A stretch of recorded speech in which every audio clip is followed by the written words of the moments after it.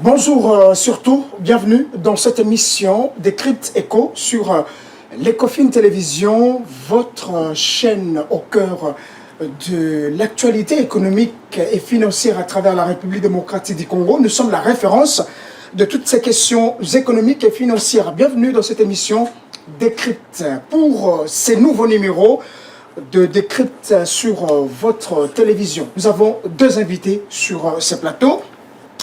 Alors, c'est avec nos invités que nous allons réfléchir autour de toutes ces actualités qui ont émaillé cette semaine. D'abord, nous aborderons cette question qui fait débat depuis la sortie, n'est-ce pas, du président de la Cour des comptes avec ces présumés détournements de finances publiques à travers la République démocratique du Congo. La question fait débat. Nous avons un économiste sur ces plateaux, expert en économie, professeur en économie sur ces plateaux.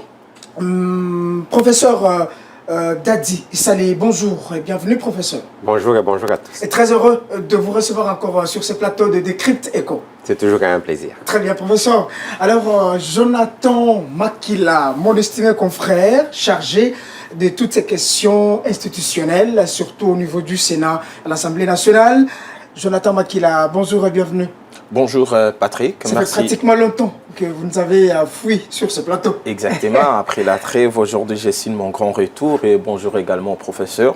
Bonjour aux téléspectateurs d'Ecofin Télévision. J'espère qu'on va encore apporter quelque chose de nouveau pour le bonheur de ceux qui nous suivent un peu partout.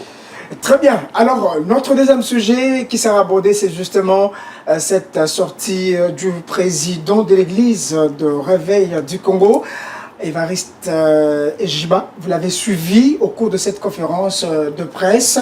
Alors sur cette question qui fait encore débat à travers l'opinion congolaise sur la révision de la Constitution, la question ne doit pas être réservée seulement aux acteurs politiques, mais aussi, n'est-ce pas, à la population avec la création de cette plateforme. Alors nous allons en parler à travers cette émission. Professeur, on commence avec vous.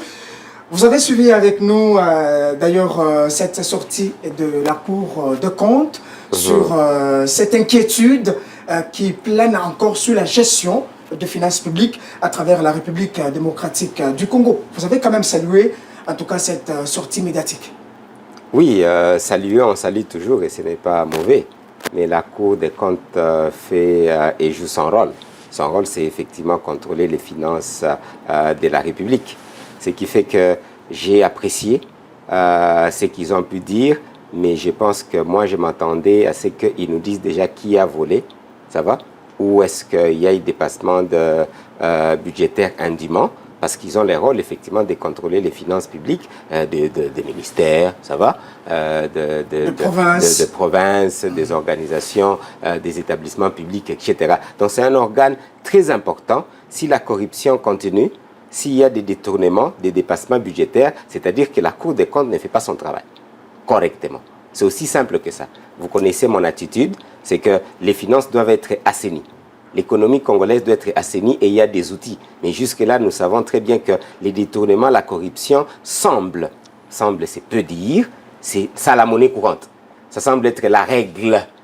Et l'exception, c'est quand les finances se passent d'une façon transparente, sans qu'il y ait 50 millions, 20 millions, 30 millions qui aient été détournés. Donc la Cour des comptes, qui fait maintenant son travail, devait normalement... vous savez, on dit souvent l'argent n'aime pas le bruit.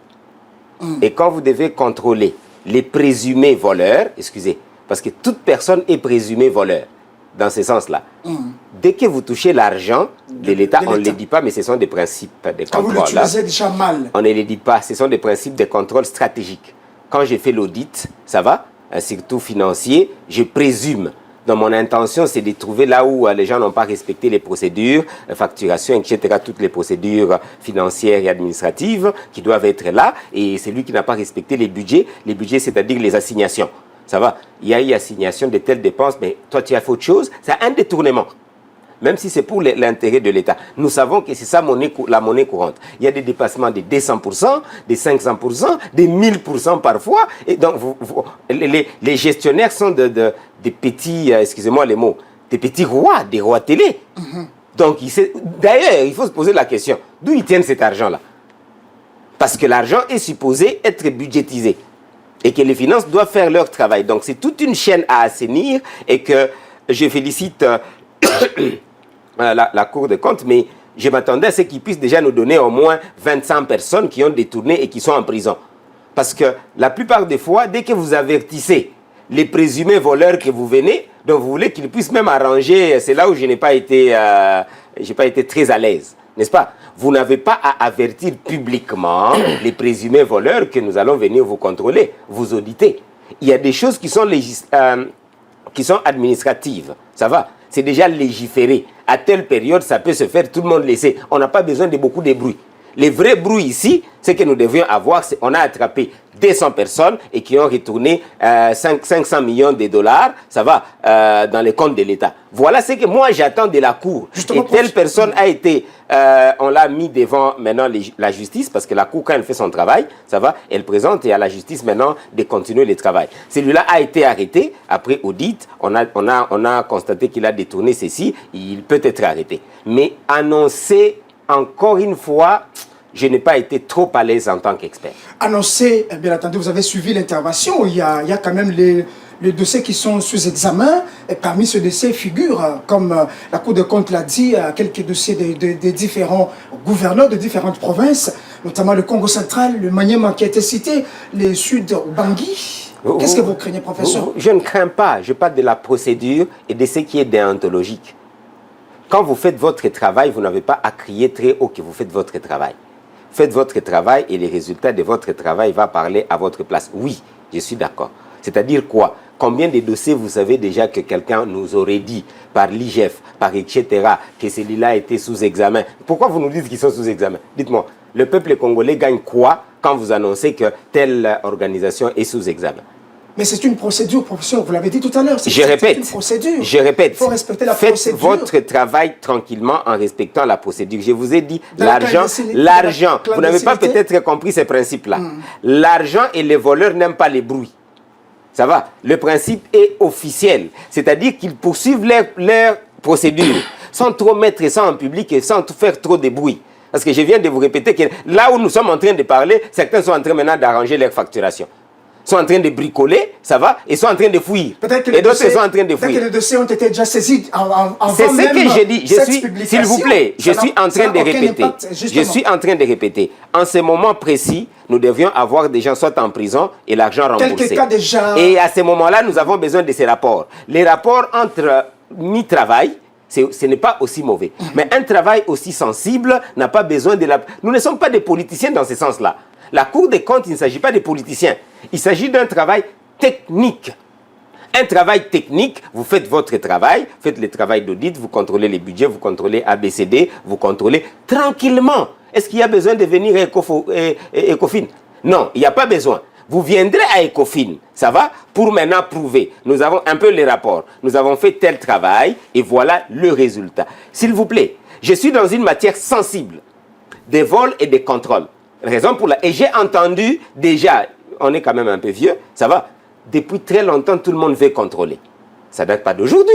Tout le monde est en train de contrôler. Combien de fois qu'on a parlé de l'IGF, on s'attendait à ce que beaucoup de gens soient totalement arrêtés. Combien ont été arrêtés avec l'IGF? Par rapport au vol et par rapport à la corruption, ne me parlez pas de 10 personnes, de 20 personnes. Parce que c'est un système. Quand on parle d'un système, on devait avoir des milliers de personnes. Ça va arrêter. Et s'il n'y a pas des milliers de personnes, on devait voir, par exemple, parlons par exemple des roulages. Ça va? On devait voir des roulages qui ne rançonnent plus la population. C'est ça les effets. On devait voir effectivement, dès que vous allez à un ministère, mais on ne vous demande plus des rétrocommissions. Ça va? On devait voir, dès que vous demandez un document, tout le monde est maintenant aux aguets. Ça va? Je ne peux plus faire la corruption parce qu'il y a la Cour des comptes, il y a l'IGF. Dès que vous faites beaucoup de bruit, vous prévenez les voleurs qui se préparent et qui vous arrivent à vous corrompre avant même qu'ils soient arrêtés. Je ne sais pas si vous me suivez. Vous prévenez les voleurs qu'ils viennent vous chercher pour vous corrompre. Bon, je pense que ce n'est pas le cas. C'est que vous pensez que ce travail devrait être organisé, devrait être fait dans la clandestinité? Pas dans la clandestinité. Dans le silence? Tout travail technique a des protocoles. Je suis en train de dire, si c'est le cas, quelqu'un peut me le prouver. Tout travail de technicité de finance, ça va, et d'audit, on ne peut pas en faire des bruits. Ça, je vous le confirme. Parce que déjà, les données Ça va. La plupart des données sont secrètes, d'abord, parce que vous n'avez pas encore attrapé qui que ce soit. Il y a personne qui a volé. Vous étudiez les données. Étudiez les données tranquillement. Quelques cas, messieurs les journalistes, excusez-moi, c'est moi qui risque de vous poser la question, parce que je n'ai pas entendu parler de ça. Donnez-moi un cas concret de quelqu'un là qu'on a arrêté parce que l'audit a prouvé ABCD. C'est de ça qu'ils doivent nous parler. Un point entré, et que le cas est à la justice, voilà les rapports, ils ont fait leur travail. Mais vous avez suivi la situation de la province du Congo central, professeur. Il y a également la situation de la province du Maniema et du sud de Bangui. Ce sont les cas sous examen. Peut-être que demain, après-demain, on va absolument avoir... Rapidement, laissez tous les autres organes... C'est quelques cas cités, mais il y a beaucoup de cas. Laissez tous les autres organes, parce qu'on a des inspecteurs. On a déjà des contrôles internes pour faire ça, s'il vous plaît. Quand je vous parle de la Cour des comptes, je parle de la sommité du contrôle. Je ne sais pas si vous me comprenez. Je parle de la sommité du contrôle. Là, nous sommes en train de vouloir contrôler les ministres. Nous sommes en train de vouloir contrôler les provinces, les gouverneurs, les grandes entreprises, etc. Tous ces gens-là sont influents.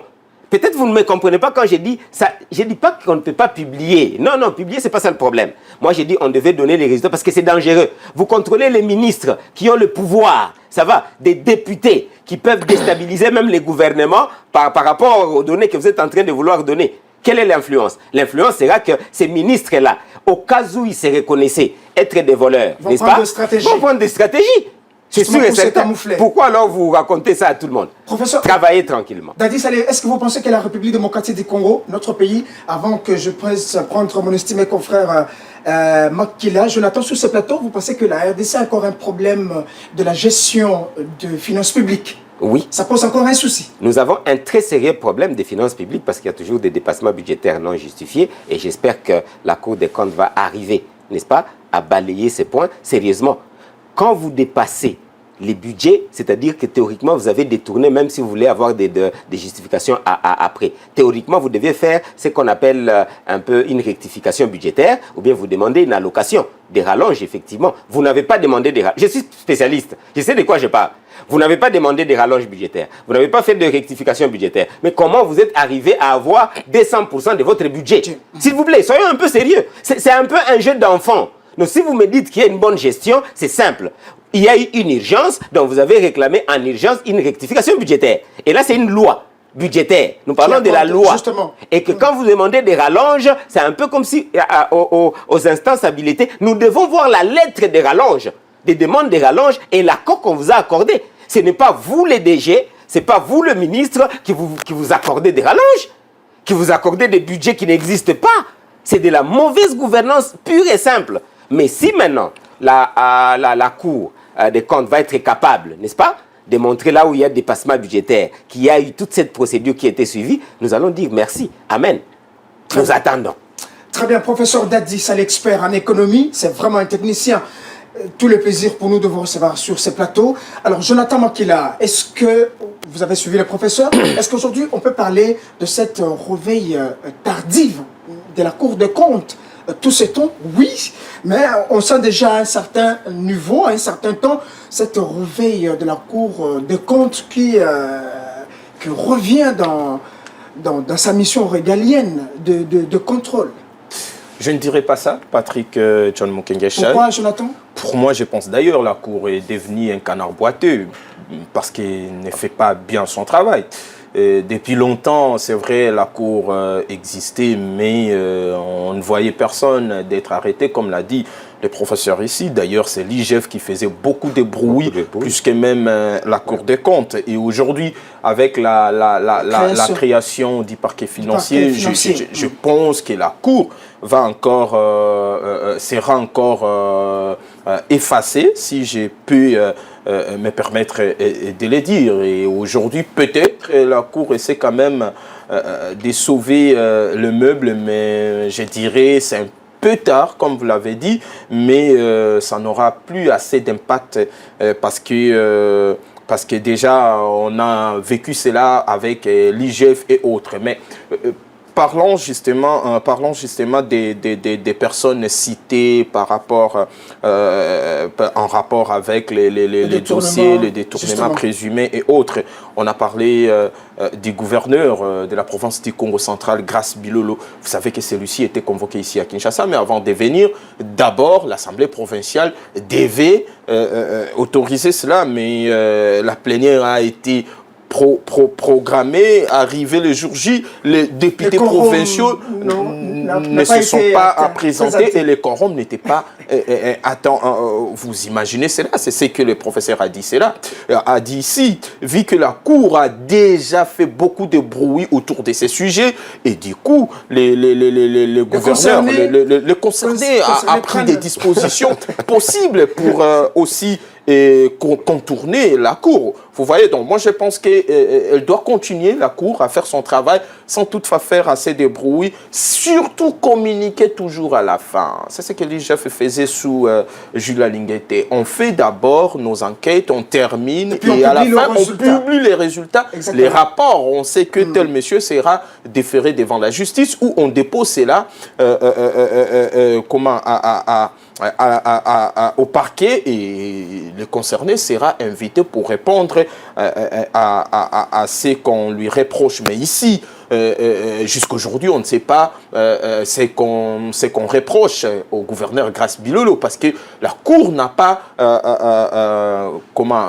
n'a pas dit exactement de quoi il s'agit, mais aussi son cabinet n'a rien communiqué par rapport à ça. Il y a la malversation financière par rapport à cet aspect. Il y a aussi la province de Maniema où... C'est ce que j'ai dit, ça c'est de manière globale. Ça c'est de manière globale. Mais il y a des gens ici cités. On devait nous dire clairement qu'est-ce que Grace Bilolo a fait. Selon mes informations, c'est une structure qui regroupe 36 membres, je crois bien, 36 notables des 36 localités du Congo central. Et c'est cette structure qui a porté les dossiers devant la Cour des comptes. Et c'est comme ça que la Cour des comptes a interpellé M. Grace Bilolo. Mais sinon, avant ça, il ne faut pas oublier qu'il a été interpellé 2 fois de suite par la Cour de cassation. Et il a été libéré, rentré chez lui, un homme libre. Et sans aucune communication. Sans aucune communication. Et puis, du coup, aujourd'hui, il y a la Cour des comptes qui nous revient avec ces dossiers. On ne sait pas si cette fois-ci, ça va aboutir ou ça sera encore rien que le bruit et par la suite... Vous voulez dire qu'il y a une certaine... une certaine complaisance dans le traitement de dossiers, où il y a juste une main noire dans le traitement de tous ces dossiers au niveau de la Cour des comptes. Vous avez vu comment la Cour a travaillé. Vous vous souvenez du dossier justement relatif au dépôt des états financiers dans certaines entreprises étatiques de l'État, cas de la...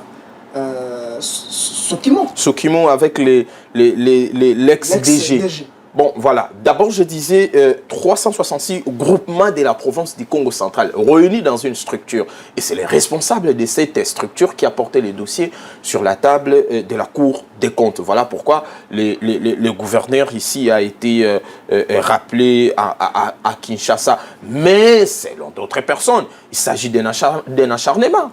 Quelqu'un qui a été convoqué 2 fois de suite par la Cour de cassation, laissé rentrer chez lui un homme libre. Aujourd'hui encore la Cour des comptes. Mais pour certaines personnes, on veut à tout prix instrumentaliser la justice pour que M. Bilolo soit renversé. C'est ça la réalité pour certaines personnes. Et on parle de la gestion où... la gestion des entreprises publiques ou les états financiers et autres. Mais on a vu comment un directeur général a dit clairement ici qu'il n'était pas au courant, qu'il devait déposer son rapport et autres. Mais ça aussi, c'est un problème sérieux. C'est un problème sérieux et je pense qu'il n'y a pas que lui. Il n'y a pas que lui. Si on fouinait dans toutes les entreprises publiques, vous verrez assez des cas. Mais pourquoi seulement lui? Peut-être parce que lui n'a pas aussi compris comment ça fonctionne pour que cela ne vous pose pas des soucis ou ne vous crée pas des problèmes. Eh bien, voilà pourquoi il a été indexé et puis déféré devant la justice.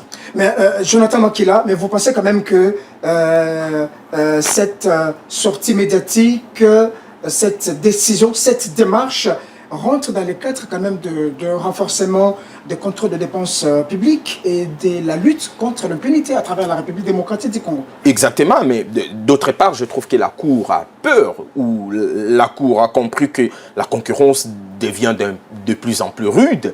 De l'autre côté, il y a l'IGF, il y a les parquets financiers qui va voir le jour bientôt, déjà promulgués par les chefs de l'État. Je pense que la concurrence va devenir rude. Et puis ici, il faut comprendre maintenant, chaque institution va jouer quel rôle concernant la gestion des fonds publics. Et ça, c'est important. Et la Cour des comptes doit maintenant se ressaisir et pourquoi pas rattraper tous les retards possibles qu'il a, justement. Oui, mais ça, il faut qu'on arrive à dire ça. Parce qu'elle était restée longtemps muette et aujourd'hui, elle refait surface. Et je pense que c'est très bien. On l'a dit tout à l'heure. C'est très bien pour la Cour et elle doit continuer. Et cette fois-ci, que ça soit quelque chose de sérieux, c'est-à-dire on voit les gens être traqués et aussi déférés devant la justice, arrêtés, condamnés si possible, si les faits reprochés sont réels. Je pense que c'est que vous ne faites pas confiance à la Cour des comptes? Non, mais on a confiance, à la Cour. On a confiance à la Cour. Le problème est que la Cour elle-même, elle est distraite. Elle est distraite, c'est ça maintenant les vrais problèmes, parce que je ne sais pas, peut-être la Cour n'a pas la possibilité de faire son travail comme il faut. Peut-être, ça j'essaie de réfléchir, parce que sinon on allait avoir des arrestations tous les jours. On sait très bien comment les entreprises publiques sont gérées en République démocratique du Congo. Et ici, la Cour doit réellement faire son travail, doit réellement fonctionner pour que les gestionnaires, les mandataires publics sachent qu'on ne joue pas avec les fonds de la nation. Oui, très bien. Ça. Alors, professeur, de manière pratique, quels sont les mécanismes qu'il faut mettre en place pour un contrôle très rigoureux et permettre à la Cour des comptes de faire vraiment son travail? Bien que cette sortie, quand même, comme vous l'avez dit, a fait peur quand même à certains concernés et qu'ils vont maintenant traîner bien se préparer pour mieux voler. Bon, on espère qu'ils vont traîner le pas. On espère quand même. Je pense qu'on devait noter que la Cour des comptes, c'est un organe très important. Ça va? Pour contrôler notre argent, quand c'est utilisé dans le public, ça va? Et pour essayer exactement de voir la mauvaise gouvernance, les détournements, la corruption. Tout ce que nous disons là au Congo, à vrai dire, l'organe entre guillemets suprême, c'est la Cour des comptes. C'est la Cour des comptes qui donne la matière technique à l'Assemblée. Ça va? Ce n'est pas l'Assemblée, les techniciens de la comptabilité publique, etc. Elle n'est pas compétente. Justement. Mais elle est compétente par la loi pour le grand contrôle. Mais elle utilise les éléments du technicien qui est la Cour des comptes. Ça, c'était très important pour que les gens comprennent. Maintenant, qu'est-ce que vous pensez les députés font en convoquant les gouverneurs quand ils n'ont pas les éléments de la Cour des comptes d'une façon bien stratégique et régulière? Peut-être qu'ils ont, à travers le contrôle parlementaire... Souvent, les contrôles parlementaires, je suis en train de vous préciser, les techniciens sur la comptabilité publique des parlementaires, c'est la Cour des comptes. Ce ne sont pas les parlementaires. Vous me suivez? Je le répète. Je suis expert, je peux me tromper. Quelqu'un d'autre peut venir nous aider. L'expert, pour donner la matière aux parlementaires, aux députés, c'est la Cour des comptes. Telle ou telle gestion. Exactement. Les députés n'est pas l'expert dans la comptabilité publique. Pour que le député puisse bien faire son travail de contrôle, ça va. Il prend les éléments d'un technicien. Sinon, on risque de les rouler. Ben, c'est juste un député. Le député n'est pas expert en comptabilité. Ça va? Absolument pas. Lui, c'est un politicien qui contrôle. Alors, il a l'élément, les rapports de la Cour des comptes qu'il compare, etc. Et à ce moment-là, vous devez avoir des motions bien élaborées. C'est qu'on doit ils doivent travailler concomitamment. Donc, c'est clair, noir sur blanc, que la Cour des comptes, ça va, fait rapport et fait des recommandations au Parlement. Non seulement pour la bonne gouvernance, la gestion, la disponibilité, etc. des fonds. C'est ce travail-là qui, pour moi, semble être très pauvre. Alors, nous tournons un peu en train de se poser des questions. Nani a kosili sa corruption à Congo? Et pourtant, les organes sont là. Je suis en train de réfléchir avec un ami, ça va, sur d'autres organes à créer. Et pourtant, on a déjà assez d'organes. mais qui ne font pas pour moi, excusez-moi. Je vous ai dit, quand je suis technicien, Ou qui je ne suis pas dialoliste. Leur mission, quoi. Comment est-ce qu'ils ne maîtrisent pas leur mission? Ce ne sont pas des missions aussi extraordinaires que ça. Ça ne demande pas une expertise venant des Mars. Ça va. Vous êtes un expert comptable, vous êtes quelqu'un vous connaissez un peu la comptabilité, vous connaissez la gestion, etc. Vous travaillez à la Cour des comptes, vous connaissez les lois, ça va, qui régissent, etc. C'est suffisant. Et vous avez l'expertise. Non, non, non, non, non, il ne faut pas excuser certaines personnes. Mon co-débatteur l'a si bien dit. C'est un peu comme si nous nous plaisons à applaudir. Mais on devait remplacer ces gens-là. Pourtant, on vous met, dans les faits, on vous met. Je ne suis pas sentimental. Ça va. Il y a un travail technique qui doit être fait. Ce n'est pas aussi compliqué que ça. Soit vous faites votre travail, soit vous dites je démissionne parce que je n'ai pas les moyens pour faire mon travail. Très bien. Ce n'est pas compliqué. On vous met à la tête de la Cour des comptes, on doit voir les choses bouger. Nous savons très bien comment est-ce qu'il y a des voleurs. Le président lui-même le dit, les détourneurs, la mauvaise gouvernance. Qui ne le sait pas? Vous allez le dire à Kinshasa, ou bien vous allez le dire à Butembo, ou bien vous allez le dire dans où on ne connaît pas. Mais c'est devenu monnaie courante parce que certaines personnes ne font pas leur travail. Ils font un peu ce que j'appelle frime. Ils font semblant de faire leur travail par des annonces. Non, je suis technicien, parfois on n'a pas besoin des annonces. Et quand il y a des annonces, c'est accompagné par un travail qui aura été fait. Vous comprenez? Très bien. Et que quand vous devez faire 100, ne venez pas, on ne va pas vous applaudir parce que vous avez fait 10. C'est-à-dire que vous avez 10%. Si je suis enseignant, comme vous avez dit, quelqu'un qui a 10%, vous avez échoué, il faut les remplacer.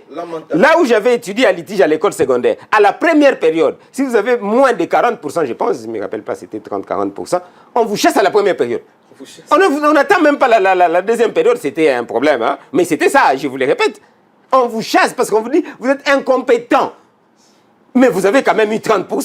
Donc vous avez dénoncé 2, 3, 4 gouverneurs, un peu 2, 3 trucs. Mais c'est pas possible. Professeur Saleh-vous, est-ce que vous pensez que lorsque le président de la Cour des comptes annonce qu'il y aura des poursuites judiciaires, vous pensez qu'il est en train de plaisanter? Je répète, je n'ai pas besoin de penser qu'il plaisante ou pas.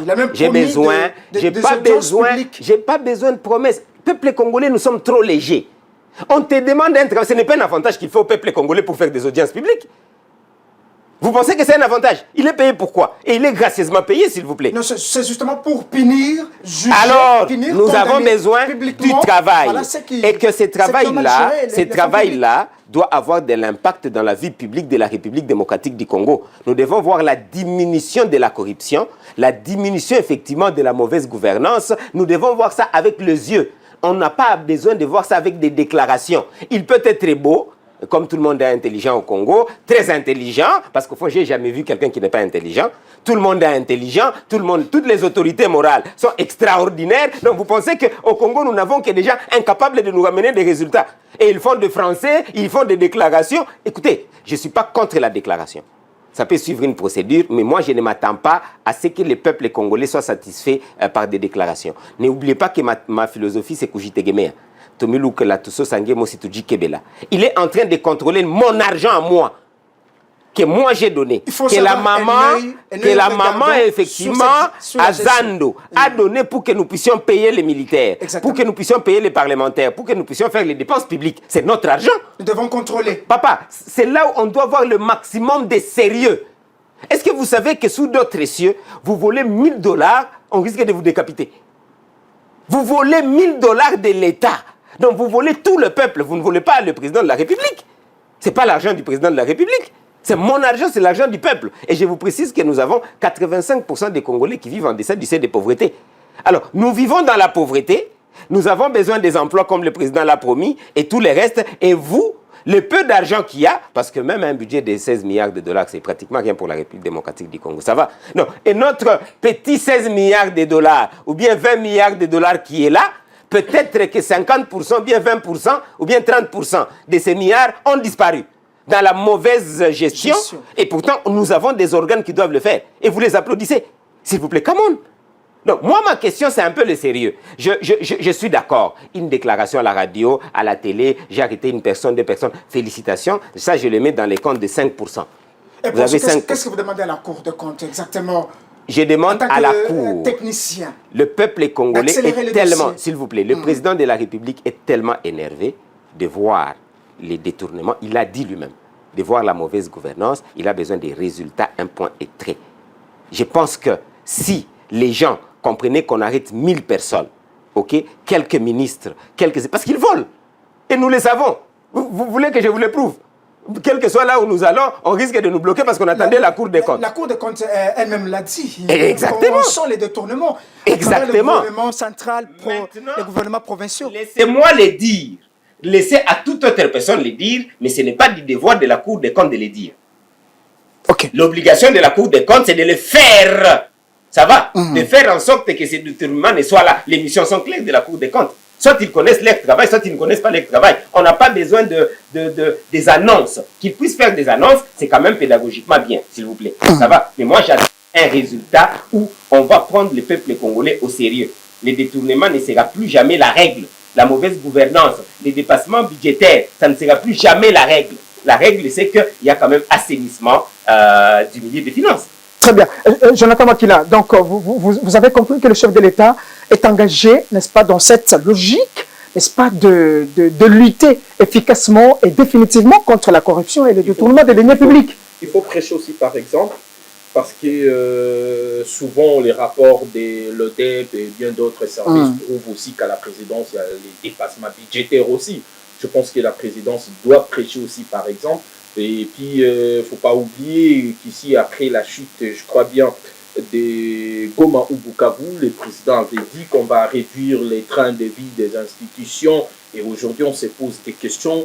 Où en sommes-nous avec ces projets? Quelle est cette institution qui a vu son train de vie être réduit? Je ne sais pas trop. Jusqu'aujourd'hui, on y communique. Je crois que ça a été fait pour se concentrer sur la guerre à l'est de la République démocratique du Congo, en majorant, même en ajoutant quelque chose aux policiers, aux militaires. Jusqu'aujourd'hui, la guerre est bien présente sur le sol congolais. Deux de nos provinces sont occupés par les rebelles de l'AFC M23 soutenus par le Rwanda. Et je pense qu'il faut prêcher, par exemple, comme je disais tantôt, mais pour la Cour des comptes, c'est de l'efficacité. C'est ce que la population attend de la Cour des comptes. On veut voir réellement un ministre qui a détourné. Si la justice prononce cela, et je pense qu'on doit arrêter les gens pour servir d'exemple. Parce qu'aujourd'hui, il y a des gens qui veulent aussi devenir députés, qui veulent aussi devenir ministres, qui veulent aussi devenir mandataires publics et autres. Mais si ceux qui sont là aujourd'hui détournent, volent, gèrent mal et autres, je pense que ça aussi, ça va demeurer, et ceux qui vont venir après vont continuer. Voilà, vont emboîter les pas, vont continuer toujours à détourner ou à mal gérer. Et surtout aussi, comme je disais tantôt, peut-être que la Cour aussi est affaiblie. Elle n'arrive pas à bien faire les travaux parce qu'on sait qu'aujourd'hui, il y a des postes politiques. Et lorsque vous êtes nommé politiquement et du coup, là, vous êtes devenu comme un demi-dieu. Personne ne peut vous contrôler, personne ne peut vous poser la question, personne ne peut vous dire le contraire. Et ça dérange. Vous voulez dire qu'il y a la politique qui joue un grand rôle. Mais c'est ça, il y a les... Alors que le secteur judiciaire est indépendant. Mais c'est ce que j'ai dit. On sait que la justice, elle a toujours été indépendante, mais il faut comprendre que la justice juste n'existait pas. Et la politique, je prends quand même le risque de le dire, influence par moments certaines décisions judiciaires. Alors, ça, il faut maintenant réfléchir parce qu'il y a des entreprises publiques aujourd'hui gérées par des politiciens qui ne sont pas des techniciens. Par les autorités morales. Oui, c'est ce que je dis, qui ne sont pas des techniciens. Et ces gens-là, aujourd'hui, sont redevables à leur parti. Et en lieu et place d'être redevables à la nation congolaise, ou je ne sais pas trop, ou d'être aussi clair avec les structures censées les contrôler. Et du coup, au nom de la politique, au nom de mon parti politique, au nom de l'autorité morale, c'est-à-dire moi j'ai fait le contraire et personne n'a le pouvoir de me poser la question. Vous avez vu l'autre fois les secrétaires permanents de l'Union sacrée de la nation, M. André Mbata, qui demandait au directeur général de la SNEL de contribuer aussi selon leurs arrangements, pour leurs quotas, pour le fonctionnement du parti. de cette structure présidentielle, de cette plateforme qui soutient la vision du président de la République. Ça aussi, c'est ça qui dérange. Aujourd'hui, on a besoin des vrais techniciens, des hommes qu'il faut à la place qu'il faut. Professeur, on termine ce sujet avec vous. Ouais. Vous l'avez dit tout à l'heure, l'argent du contribuable congolais doit être bien géré et que la Cour des comptes doit faire son travail. Dans une minute, avant d'aborder notre deuxième sujet. Oui, nous demandons à la Cour des comptes de faire son travail.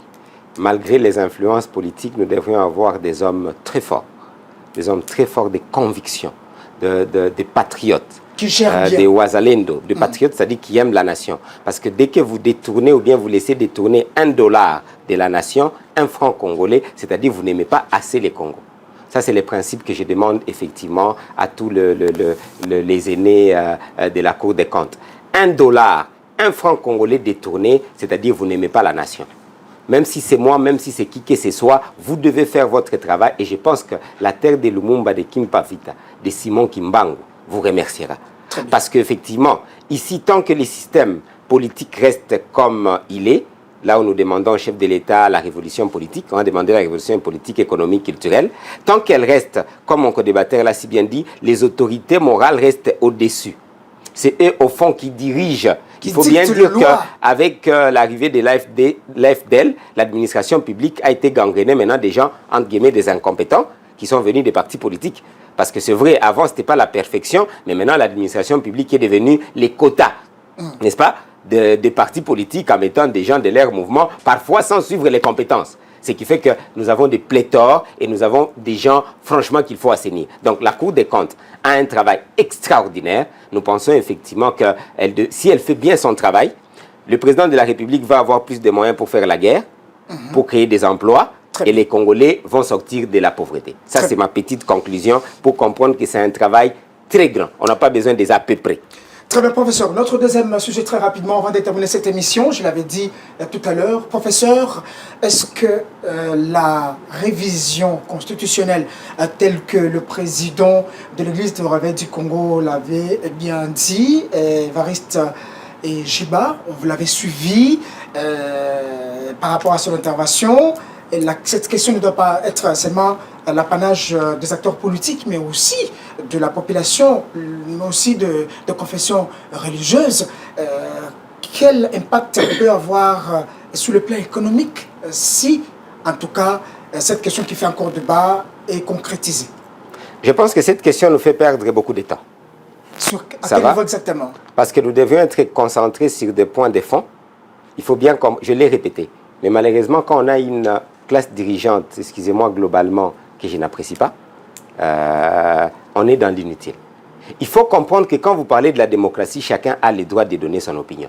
Pourquoi vous voulez interdire à qui que ce soit de donner son opinion? De réfléchir. De réfléchir. Réfléchissons, que les gens de gauche réfléchissent, que les gens de droite réfléchissent, et chacun puisse suivre la loi, c'est tout. Qu'est-ce qui ne va pas? Si j'ai entendu presque toute la semaine, c'était tel pasteur et tel pasteur, je ne vais même pas citer des noms, parce que franchement, pour moi, c'est un débat très inutile. Laissez à chacun de donner son opinion. S'il a besoin du changement de la Constitution, qu'il donne ses arguments. Celui qui ne veut pas le changement de la Constitution, qui donne ses arguments. Ce qui fait que le peuple est en train de suivre et d'écouter, que la procédure, ça va, légale, puisse être suivie. C'est ceux qui voudront que la Constitution change ou bien qu'il y ait modification. Ça va se faire, ou bien ça ne va pas se faire. Allons dans les débats de fond. Vous ne voulez pas que la Constitution soit changée ou bien soit modifiée. Pourquoi? Vous donnez un point de vue technique. Respectons le point de vue des uns et des autres. Ici, je comprends. Certaines personnes supposent déjà que changement ou bien modification de la Constitution signifie troisième mandat. Bon, au fond, ce n'est pas mon entendement. Et d'ailleurs, le chef de l'État l'a si bien dit. Le troisième mandat, c'est autre chose. Ça va. Mais le changement de la Constitution, c'est autre chose ou bien modification. On peut bien modifier la Constitution sans changer de mandat. On peut bien arranger certains articles de la Constitution pour améliorer la vie. J'ai même des jeunes gens et des amis qui commencent à dire « Non, le texte congolais est parfait. » Je dis « S'il vous plaît, il n'y a aucune constitution au monde qui ne puisse être parfaite. Donc, si nous avons de telles bases, nous allons faire ici... Est-ce que vous savez, messieurs les journalistes, ici, en tant qu'ECOFIN, Nous devions être en train de faire des débats sur le plan économique des articles et des articles. Exactement. Ça va? Tel article, est-ce que ça bénéficie à notre économie, à nos finances? Ça Oui ou non? Donc voilà, les gens qui sont pour les changements donnent leurs arguments, les gens qui sont contre donnent leurs arguments. On va sur le plan culturel, on va, etc. Donc, Ecofin, vous avez un grand travail que vous faites déjà, mais si le débat reste un peu péjoratif, des basses classes, excusez-moi les mots, ça va, trop sentimental, il n'y a pas vrai débat. Tel article, ça dit quoi? En quoi ça bénéficie notre économie? Qu'est-ce qui ne va pas? C'est ça les débats qu'on devait entendre. Professeur, en respectant les avis des uns et des autres. Très bien. Puisque ce n'est pas une occasion qu'il y ait un désordre comme si la terre s'arrêtait. Alors, à quoi sert la démocratie? Donc, les déclarations de du pasteur, eh ben, moi, je comprends qu'il est pour les changements et la modification de la Constitution. C'est son droit le plus légitime. Jonathan, Makila, vous avez suivi le professeur. Vous pensez que toutes ces discussions, toutes ces tractations peuvent avoir un impact économique sur le vécu quotidien du peuple congolais? Parce que déjà, l'allure où prennent les choses, nous pensons qu'il y a déjà à boire et à manger.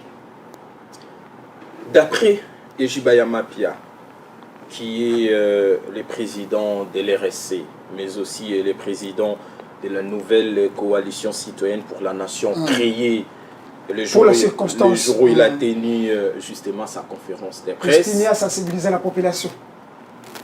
Il dit que cette réforme vise à rationaliser les institutions afin de réduire les trains de vie de l'État. Ça, c'est sur le plan économique, selon sa réflexion. Et il dit encore que cette réforme institutionnelle est nécessaire pour répondre aux exigences des partenariats internationaux, notamment dans les cadres d'accords conclus avec des partenaires étrangers. Il y a un aspect économique avec, justement, on vise les États-Unis. Exactement. Avec ce que nous avons eu. Ça, c'est sur le plan économique. Exactement. Mais réfléchissons aussi. Est-ce qu'on doit forcément réviser notre constitution pour plaire aux partenaires étrangers? Peut-être pour les intérêts économiques. Point d'interrogation.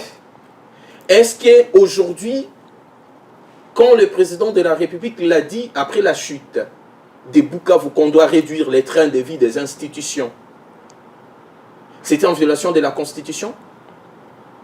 Non. Non. Est-ce qu'aujourd'hui, les dépassements budgétaires constatés presque dans toutes les institutions de la République, c'est en violation de la Constitution? Moi, je l'ai dit et je le répète encore. Je suis pour la révision et non les changements. Parce que pour Ejibaya Mapia, lui, il prône le changement. Moi, je suis pour la révision. Mais avant d'en arriver, il faut d'abord poser des préalables pour que ça ne frustre pas. Parce qu'aujourd'hui, on donne l'impression que la Constitution veut être, ou on veut réviser la Constitution ou la changer pour la tailler sur mesure afin de satisfaire les intérêts politiques d'un individu ou d'un camp politique. C'est ça la crainte. Et on se pose la question, pourquoi cette rapidité avec les hommes de Dieu? Pourquoi cette rapidité? Ils étaient où? Les présidents Félix Tshisekedi. Mais le professeur l'a dit, on ne peut pas interdire quelqu'un, un Congolais. C'est vrai, la liberté d'expression, la liberté d'expression est garantie. La liberté d'expression est garantie par la même Constitution de 2006. Mais on se pose la question, d'où est venue cette rapidité? Regardez Jonas Tchombela aux côtés de M. Ejibaya Mapia. Lui qui était contre la révision constitutionnelle sous Joseph Kabila, aujourd'hui, il est devenu, je dirais même... le bras droit. Les bras droits mais c'est la société civile. Et c'est lui qui est devant, mais c'est la société civile. C'est la société civile, c'est pas qu'on représente la population. C'est ça qui fait peur. C'est quoi la vraie raison? Changer le train de vue de la population congolaise. Non, mais regardez, ça c'est pas la vraie raison, la vraie motivation.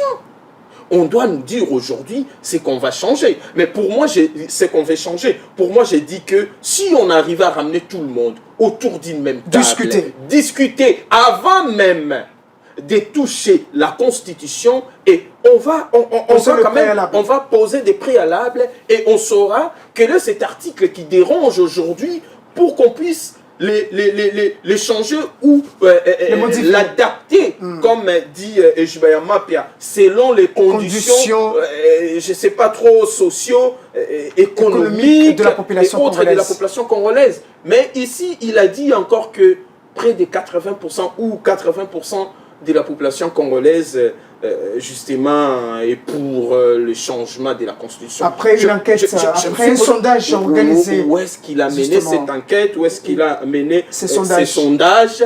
Et est-ce qu'aujourd'hui il peut publier cela pour que la majorité de la population congolaise soit informée par rapport à cette démarche? Donc pour moi, je pense que la révision, je suis pour, mais il faut ramener tout le monde autour d'une même table pour que ça ne soit pas une constitution taillée sur mesure pour satisfaire les intérêts égoïstes d'un individu ou d'un camp politique. Merci Jonathan Bakele, merci beaucoup au professeur Jonathan Bakila, s'il vous plaît.